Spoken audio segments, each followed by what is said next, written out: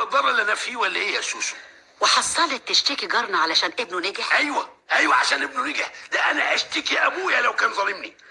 والاستاذ محمود جارنا ظلمك في ايه بس؟ ابنه نجح بقول لك وابن صيد. وهو ذنبه ايه؟ المدرسه هي السبب. يا راجل فوق، كرهت كل الناس فيك واحنا معاك انا وابنك. انا مظلوم يا سهير، انا مش عارف اخد حقي يا سوسو. والشكاوي اللي انت عمال تكتبها دي هتجيب لك حقك؟ ايوه، يعني اعمل ايه؟ اقعد اتفرج وحقي ضايع؟ احط ايدي على خدي واقول ظلموه؟ لا ابدا.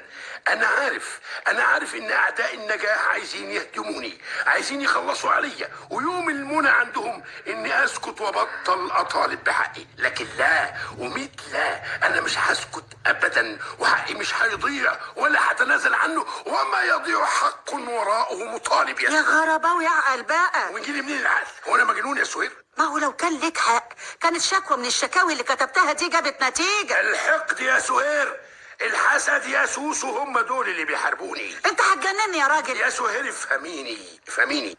زمايلي يا سوسو، زمايلي بيحقدوا عليا، بيحسدوني على عقلي الجبار ده. انا جهبذ. كلهم يا راجل كلهم. ايوه كلهم يا سهير. فيها ايه كلهم؟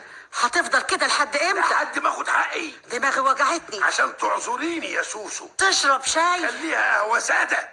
والكيك ده لمدام امينه، ودي الشاي ده للاستاذ سعد. الف مبروك. مبروك يا استاذ رضا، ومبروك يا مدام امينه. الله يبارك فيك، بس ربنا يستر. قصدك الاستاذ غرباوي؟ هو في غيره؟ هيعمل ايه يعني؟ كفايه حسده وحقده. ولا يهمك. شوف يا مدام امينه، الحسد والحقد ما بيأذوش غير اصحابهم. صح يا استاذ سعد، صح. انا بتعجب على الراجل ده. يا بهواد، اجيب حاجه تاني؟ خف يا فرغالك، فيها مصاريف.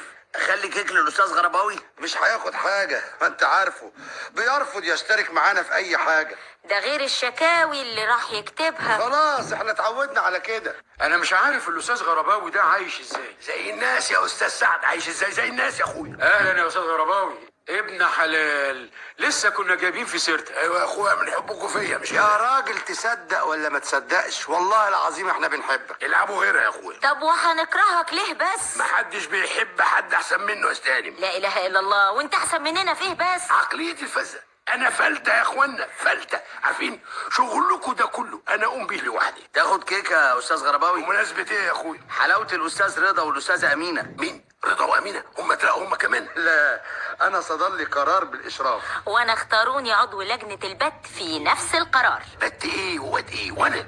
ان شاء الله هتترقى قريب يا استاذ. لا دي مؤامرة. نعم مؤامرة. لازما وحتما ولا بد اشوف لي حل. انا ما اقدرش اسكت على كده ابدا، ده ظلم. بس انا برضو مش هيأس. لا حياة مع اليأس ولا يأس مع الحياة. وهتعمل ايه يعني؟ هتشوف يا استاذ سعد. يا استاذ غرباوي احنا ملناش ذنب. نعم انا لازم اخد حقي. هو يعني احنا اللي خدنا حقك؟ ايوه انتم. تشرب شاي؟ شاي ولا قهوة غور من قدامي. ناقص يرقوك انت كمان. طب وفيها ايه؟